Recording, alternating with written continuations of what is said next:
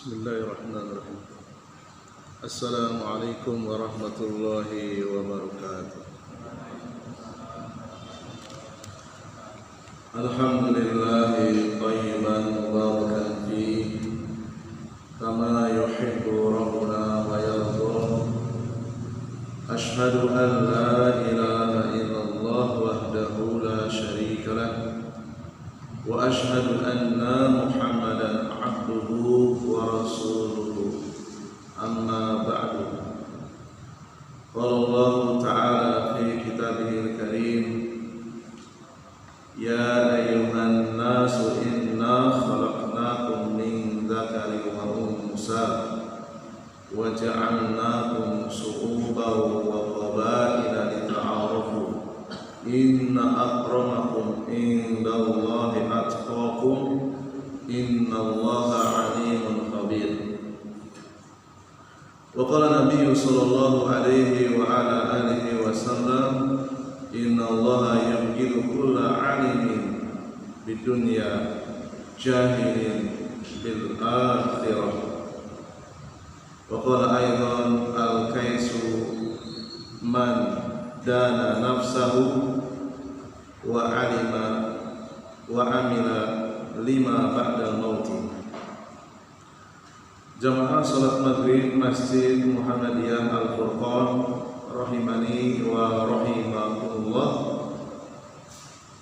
Alhamdulillah, pada malam hari yang penuh berkah ini Allah Jalla Jalaluhu kembali mempertemukan kita dalam kajian rutin, yaitu membahas sirah nabawiyah yang disusun oleh Syekh Sofiyur Rahman Al-Mubarakfuri rahimahullahu ta'ala.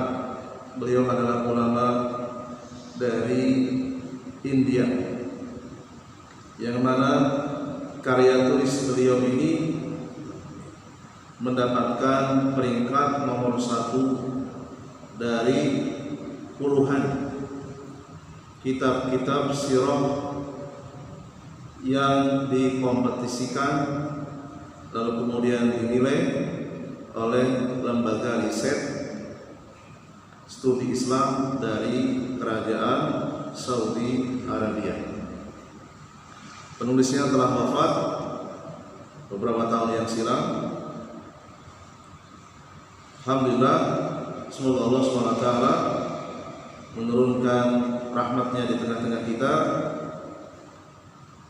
dan semoga dengan rahmat tersebut dosa-dosa kita yang telah lalu dihapus semuanya, dan dengan rahmat itu pula kita dibimbing di atas ketaatan dan dijaga di masa yang akan datang dari perbuatan dosa dan maksiat.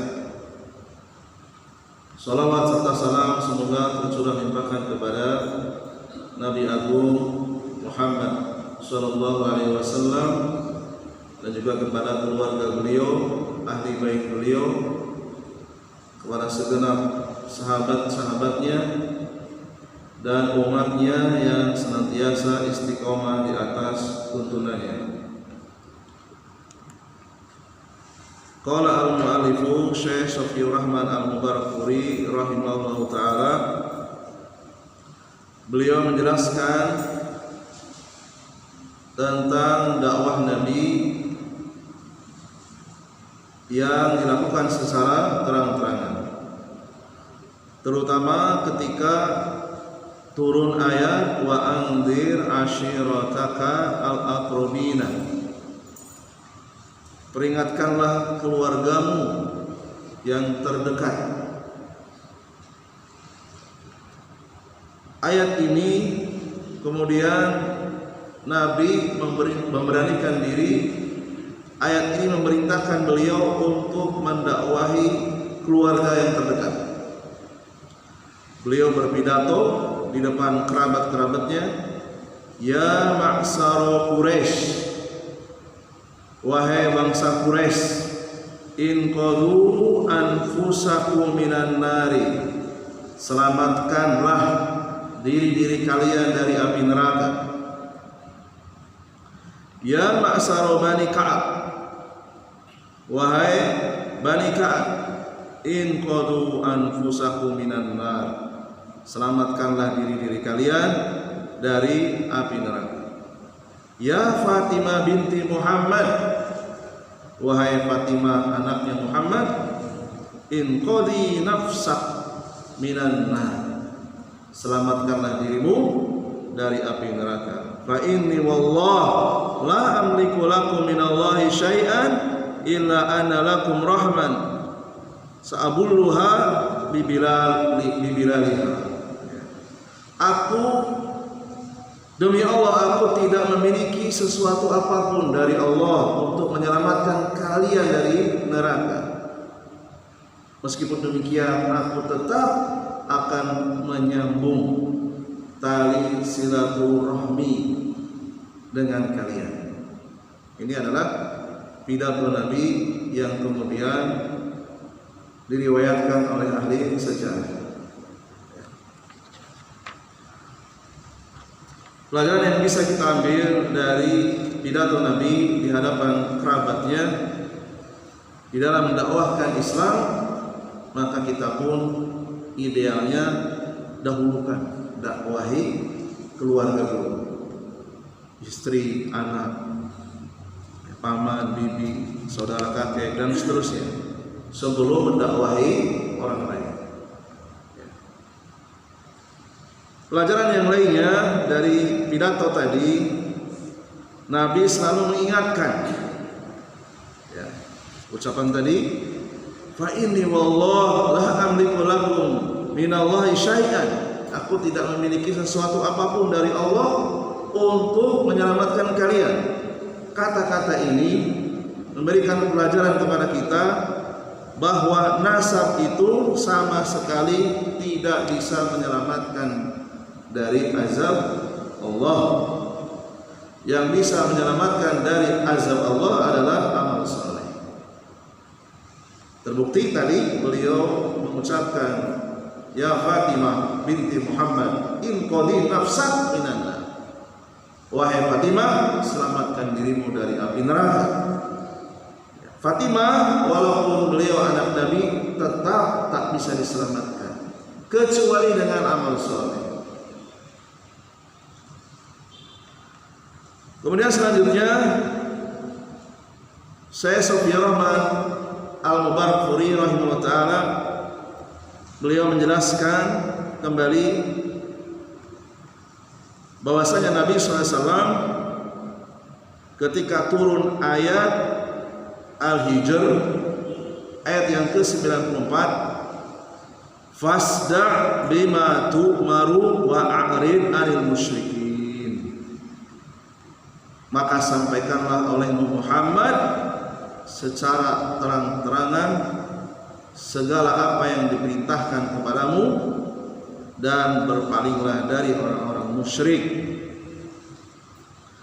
Ayat inilah yang merupakan surat keputusan kepada Nabi agar Nabi berdakwah secara terbuka, terang-terangan, dakwah inklusif, dakwah yang bisa diakses oleh semua lapisan masyarakat. Seandainya pada zaman itu teknologi informasi secanggih sekarang, tentulah jadwal beliau pasti akan disebarkan kemana-mana, akan di-share ke seluruh lapisan masyarakat, baik itu masyarakat perkotaan ataupun masyarakat marginal, masyarakat pinggiran. Walaupun pada saat itu belum ada teknologi informasi, para sahabat itu menyampaikan, men-share, membagikan melalui lisan, melalui orang-orang yang melakukan perjalanan, titip pesan, seperti itu. Sehingga dakwah beliau viral, sekota Mekah tahu semua.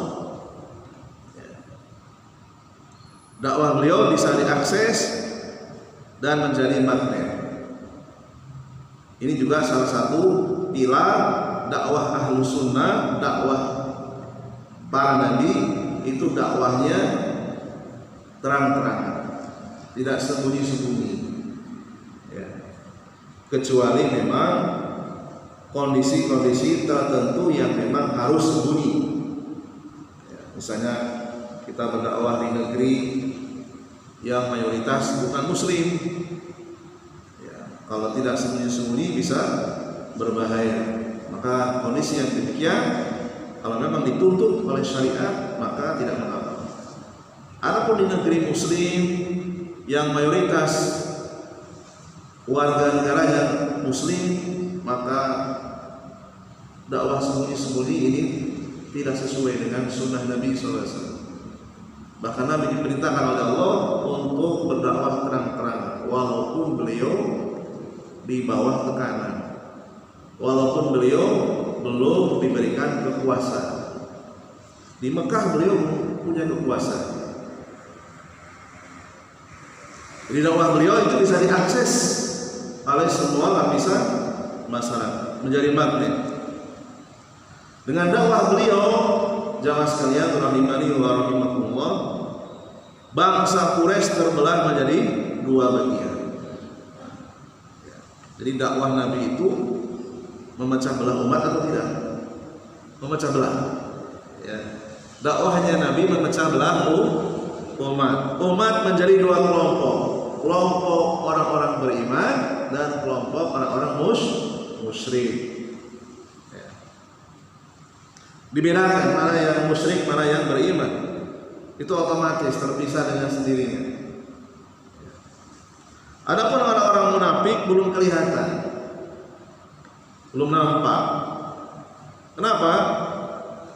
Karena waktu di Mekah Nabi belum punya kekuasaan. Orang-orang munafik itu muncul ketika Islam kuat dan mereka berlindung dengan keislamannya yang lahiriah dan menyembunyikan kekafirannya, terutama ketika di Madinah. Rasulullah belum punya kekuasaan, masih secara wewenang beliau masih di bawah tekanan, belum punya panglima, belum punya algojo, belum punya tentara, belum. Nabi hanya keturunan bangsawan, dan di Mekah itu tidak ada raja tunggal, nggak ada. Yang ada adalah para pembesar qabilah.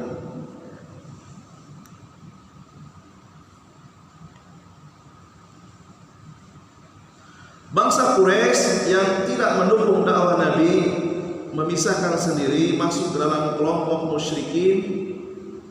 Dan musyrikin di sini jamaah sekalian rahimani wa rahimakumullah, kalau kita baca kitab-kitab para ulama tentang anwa'ul musyrikin, jenis-jenis orang-orang musyrik, itu banyak. Di antara mereka ada yang menyembah malaikat. Bisa kita cek dalam surat Al-Imran ayat yang ke-8. Ada juga di antara mereka ada yang menyembah Nabi. Dijelaskan dalam surat Al-Maidah ayat 116. Ada warga Mekah musyrik yang menyembah orang soleh. Disebutkan oleh Allah dalam surat Al-Isra ayat 57. Demikian juga di antara mereka ada yang menyembah batu dan pohon. Allah sebutkan dalam surat An-Najm ayat 19 dan 20. Bahkan di Mekah dan sekitarnya ada orang-orang musyrik yang menyembah matahari dan bulan. Allah sebutkan dalam surat Fussilat ayat yang ke-37. Jadi tidak benar kalau kesyirikan di zaman Nabi itu hanya menyembah patung saja, tidak benar. Kalau kita mau cek ayat-ayat yang disebutkan tadi, orang-orang musyrik di kota Mekah dan sekitarnya itu sesembahannya berbeda-beda, bermacam-macam. Dan Nabi SAW tidak membeda-bedakan. semuanya dianggap sama. Semuanya dianggap sama. Semuanya diperangi oleh Rasulullah SAW, diperangi dengan ilmu. Karena di Mekah Rasulullah belum punya kuasa. Perangi dengan ilmu. Yang diperangi kebodohannya, kesyirikannya. Dijelaskan panjang lebar dalam kitab Syarh Al-Qawaid Al-Arba', bagaimana Rasulullah menyikapi berbagai macam orang-orang musyrik dengan sesembahan-sembahan yang berbeda-beda. Kaum musyrikin walaupun mereka berbeda-beda sesembahannya, merasa terancam, semakin hari semakin banyak yang mengikuti Nabi. Lalu kemudian mereka mengadakan musyawarah nasional, Munas, ya, di kota Mekah. Munas yang pertama dipimpin oleh seorang yang bernama Al-Walid Al-Mughirah. Dikumpulkan semua para pembesar-pembesar Quraisy yang masih musyrik. Lalu kemudian mereka mengusulkan tema Munas yang diangkat adalah mencari julukan yang buruk untuk Nabi agar dakwah beliau tidak sampai ke para calon jamaah haji. Jadi jamaah haji sejak dahulu sudah ada, masih sisa-sisa syariatnya Nabi Ibrahim alaihissalam. Syekh Syafi'i Rahman Al-Mubarakfuri rahimahullah ta'ala, beliau menjelaskan secara detail tentang beberapa usulan dalam Munas yang dipimpin oleh Al-Walid Al-Mughirah. Yang pertama, mengusulkan Nabi diberikan julukan dukun. Terjadi perdebatan sengit di antara mereka, akhirnya batal. Karena Nabi tidak pernah melakukan praktek perdukunan, orang tidak akan percaya. Rasulullah tidak suka klinik, batal, jadi. Usulan yang kedua, ada yang mengusulkan bagaimana kalau Rasulullah disebut orang gila, ya, batal lagi. Karena Nabi adalah orang yang tidak pernah stres. Nabi tidak pernah sebelum diangkat menjadi Nabi sekalipun beliau tidak pernah ada cerita kerasukan, tidak pernah. Ya. Jadi bukan turunan dari orang gila, kan ada itu. Orang gila itu kadang ada dari genetika, ya. Entah dari jalur ayah atau dari jalur ibu. Rasulullah tidak ada jalur nasab beliau yang memiliki DNA orang gila, batal lagi, nggak jadi. Ya. Kemudian usulan yang ketiga, bagaimana Rasulullah diberikan gelar penyair saja, ya, agar apa yang beliau sampaikan dari Al-Quran supaya diragukan oleh masyarakat Mekah. Ini pun gagal juga, mereka tak sepakat. Karena seluruh syair-syair yang ada di Jazirah Arab itu tak ada satupun yang sama dengan ayat-ayat Al-Quran yang beliau sampaikan. Kemudian yang keempat, di antara mereka ada yang mengusulkan bagaimana kalau kita sebarkan beliau adalah tukang sihir. Ini pun akhirnya batal lagi. Ya, karena Nabi tidak pernah punya jejak rekam sebagai penyihir atau pesulap, tidak pernah. Ya, beliau tidak punya track record sebagai orang yang dekat dengan ilmu sihir. Jadi nggak mungkin orang akan percaya.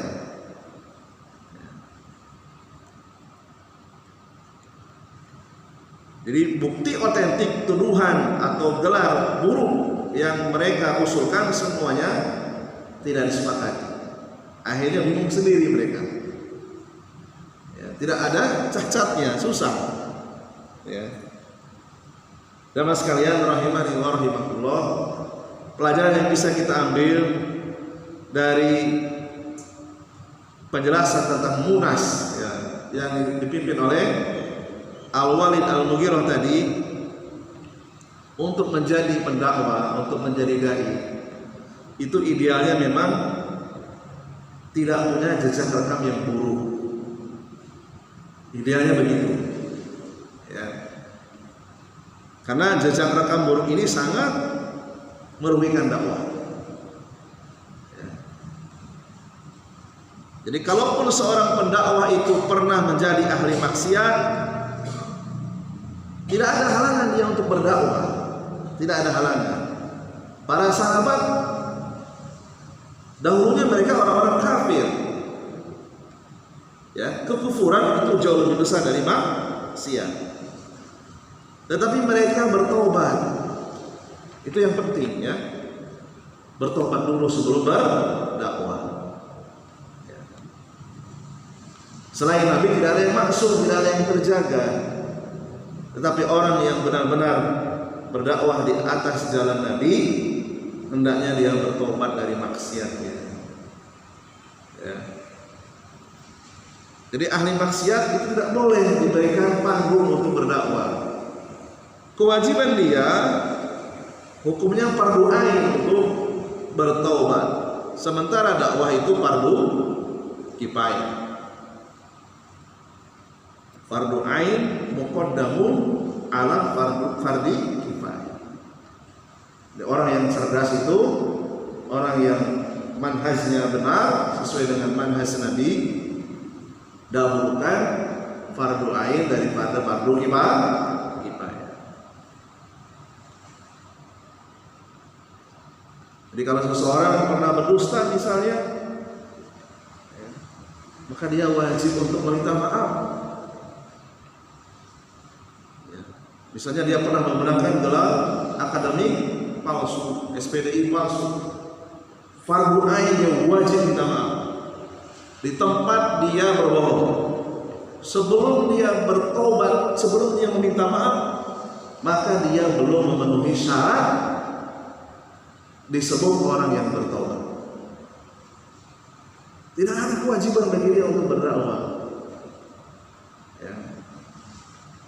Di Masjid tadi itu pernah terdeteksi ada yang nekat menggunakan gelar akademik, hasil bergelar kemudian dicoret, ya, dan di blacklist. Dan itu sudah benar, ya sudah benar. Sesuai dengan sunnah Rasul SAW.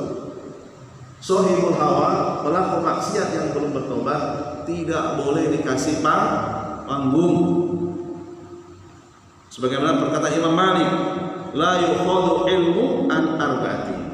Ilmu tidak boleh diambil dari 4 orang. Di antaranya adalah sohibul hawa, pelaku maksiat yang belum bertobat, nggak boleh.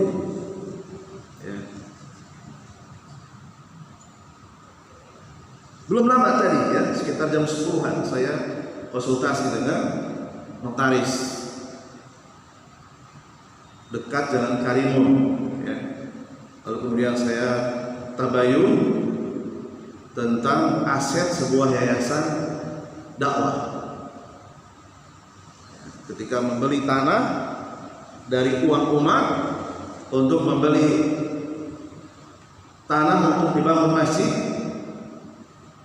tanda tangan 3 orang di bawah notaris bahwa tanah itu dibeli dan menjadi milik yayasan.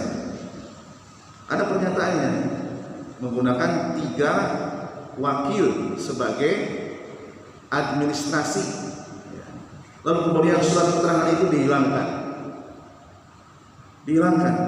Sertifikatnya masih nama 3 orang. 3 orang itu sudah keluar dari yayasan dakwah, dijual. Artinya apa? 3 orang ini maling wakaf. Ini luar biasa. Ini bahaya sekali, ya. Jadi dihilangkan itu alat buktinya. Ini dakwah model apa seperti ini? Ini bukan dakwahnya jalan Nabi. Nabi dan sahabat mengharamkan ya berdakwah dengan cara-cara yang haram. Tadi jam 10 pagi saya tabayun dengan notaris. Ya. Jadi bertobat itu hukumnya fardu ain. Sementara berdakwah untuk selain Nabi hukumnya apa?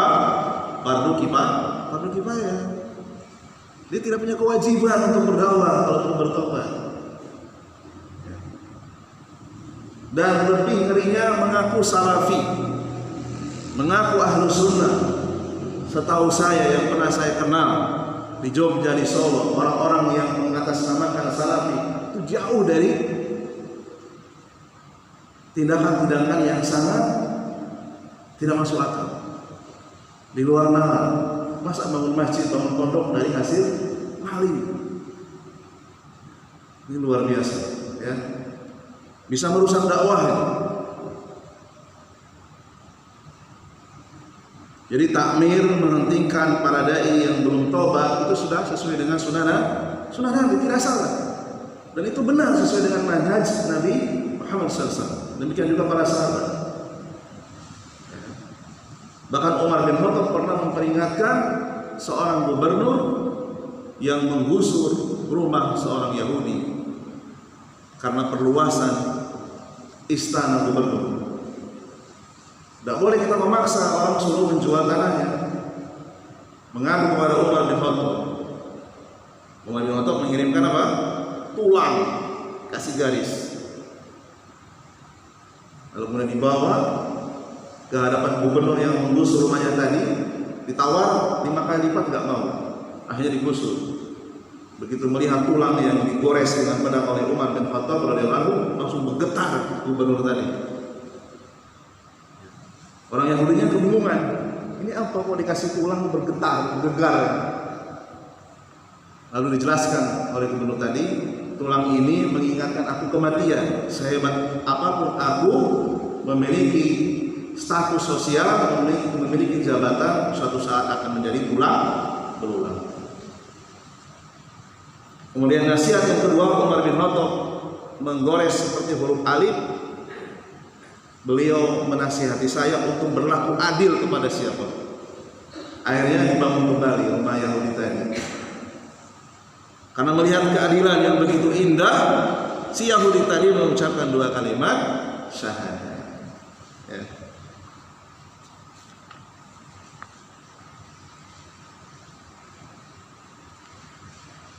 Jadi Nabi SAW itu tidak memiliki jejak rekam yang buruk sebelum dan sesudah diangkat menjadi Nabi.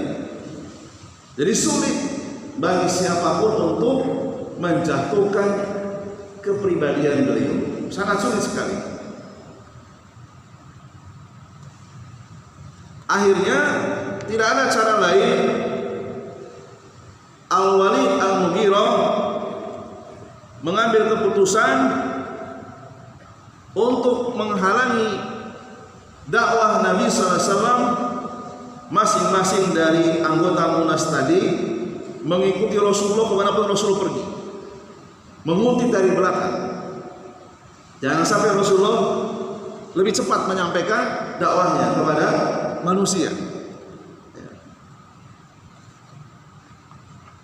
Ketika Rasulullah mendatangi calon jamaah haji yang datang dari luar kota Mekah, begitu Rasulullah akan menyampaikan dakwahnya, dari belakang Abu Lahab, demikian juga orang musyrik mengatakan la tuti'uhu fa innahu sabiqun kadzdzab. Jangan dengarkan dia, jangan patuhi dia. Dia itu membawa ajaran baru dan berdusta, seperti itu. Setiap kali Rasulullah akan mendatangi suatu kaum.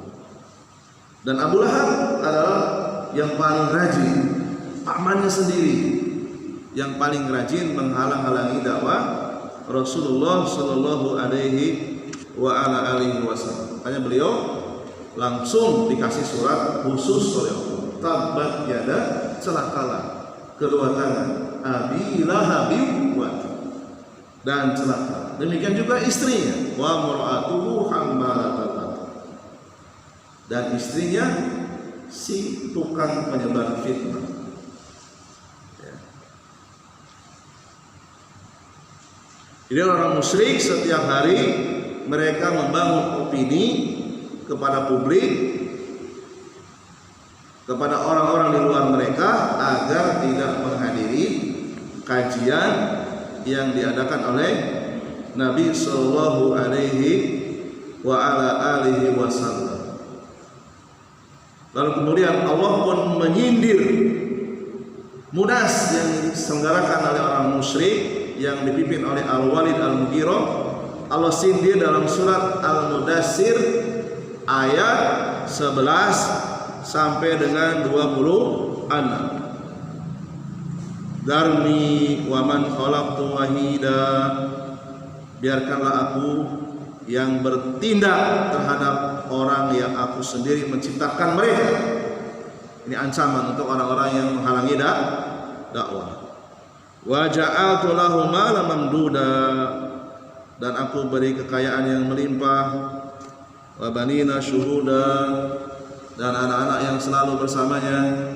Wa mahattu lahu tamhida, aku beri kelapangan hidup seluas-luasnya.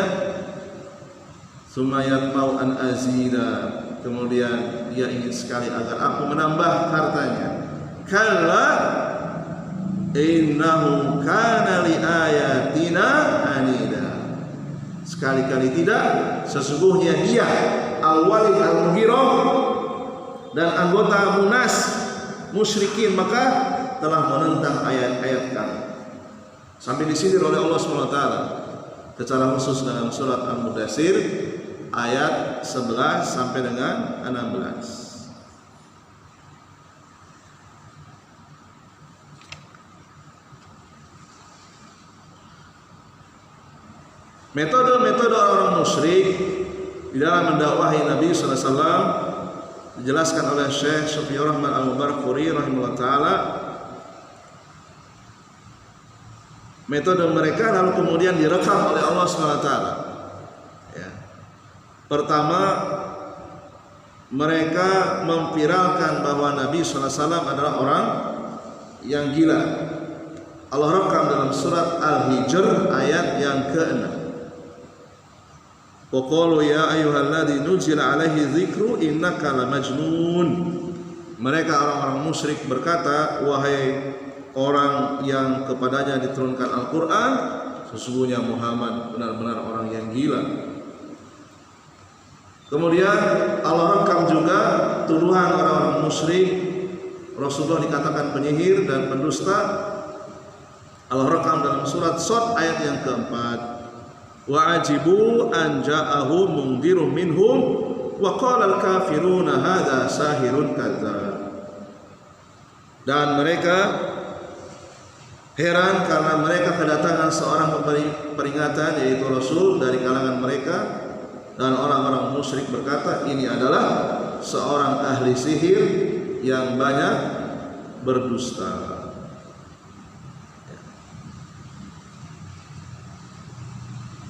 Sampai Rasulullah SAW terkenal sampai ke negeri Yaman. Ya, jadi satu-satunya yang diisukan orang gila yang sampai viral ke Yaman itu Rasulullah. Sehingga ada seorang tukang ruqyah yang bernama Ad-Dimag Al-Azdi itu penasaran sekali. Kok bisa orang yang diisukan gila sampai terkenal ke negeri Yaman? Baru kali ini dalam sejarah.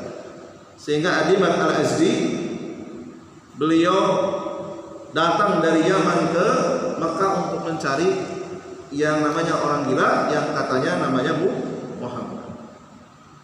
Minta izin Ad-Dimag Al-Azdi, ya tukang ruqyah jahiliyah.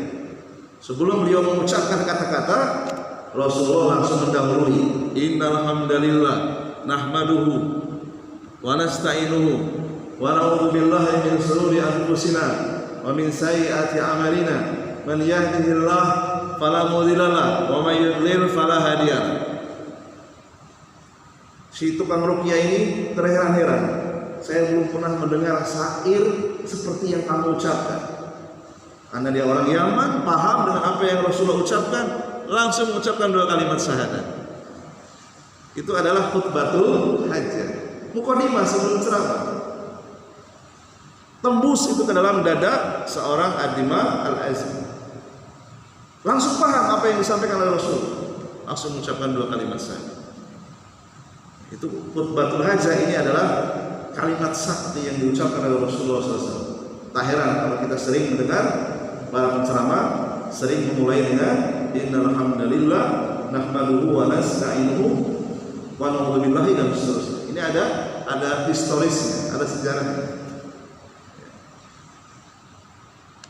Barangkali ini saja yang bisa kita bahas. Mudah-mudahan bermanfaat, bisa menambah keimanan dan ketakwaan kita kepada Allah SWT. Mohon maaf atas segala kekurangannya. Subhanakallahumma bihamdika asyhadu an la ilaha illa anta astaghfiruka wa atubu ilaik. Assalamualaikum warahmatullahi wabarakatuh.